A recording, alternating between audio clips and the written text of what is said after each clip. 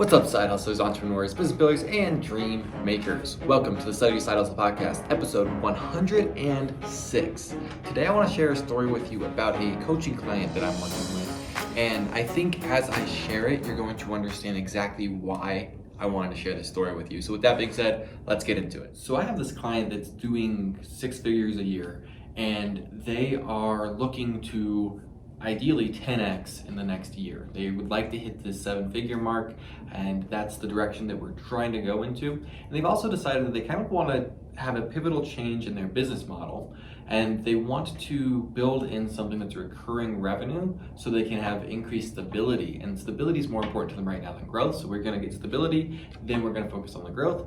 And they want to do that by adding a subscription box effectively to their business.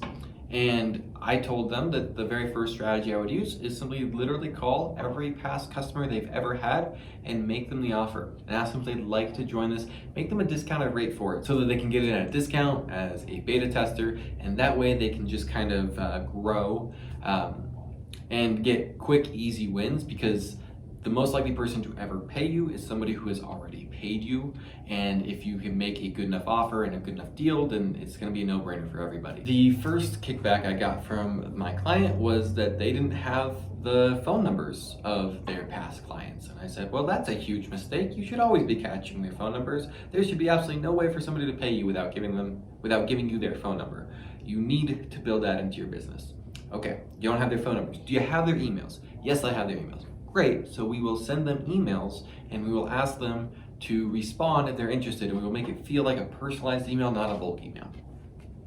Because the easiest way to make one-to-one outreach fail is to make it feel like one-to-many outreach. If you make it feel like you're reaching out to the specific individual, you'll have a high success rate. So they said okay, and then they sent out an email, but they didn't send out the email that I told them to send out. They sent out an email that was it had 2 call to actions in it. First, it said reply to this email, and then it also said here's a link to my calendar if you want to hop on a call.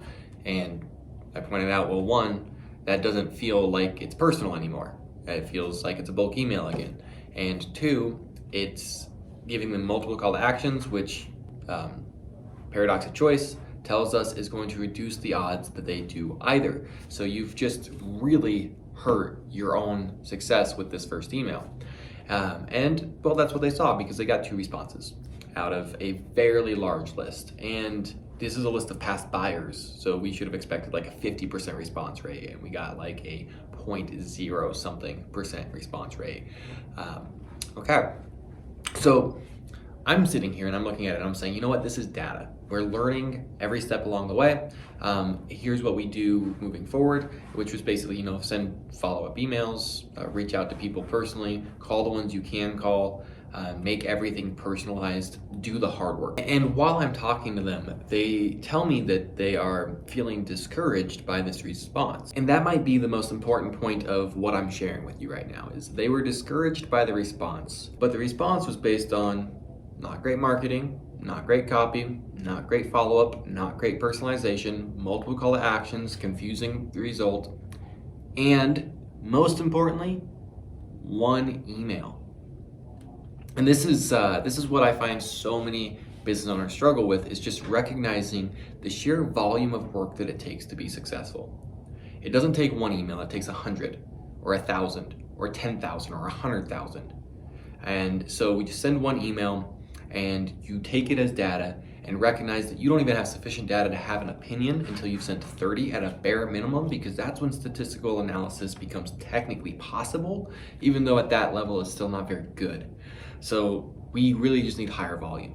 And that's really what I want to focus on today, is while there's a million things that we could talk about in this business and a million things that we could fix and all the little and all the stuff that we're working on, the biggest difference in your business, the biggest difference in my business, the biggest difference in my coaching clients' business is always going to come down to how much work are we putting in?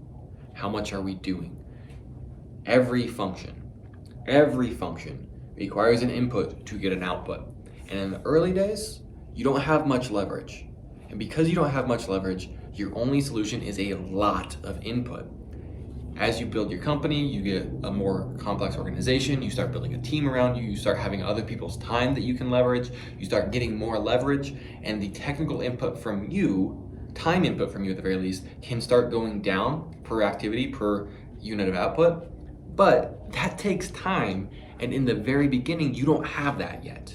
And so your only option is to increase your input. And don't think that you're gonna get a response from one email. Recognize it's gonna take 1,000.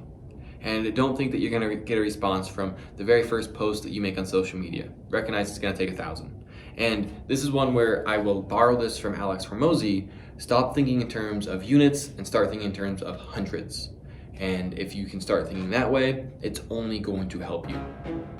Anyway, that's what I have for you guys today. Love you so much. Be back in your butts again soon. God bless.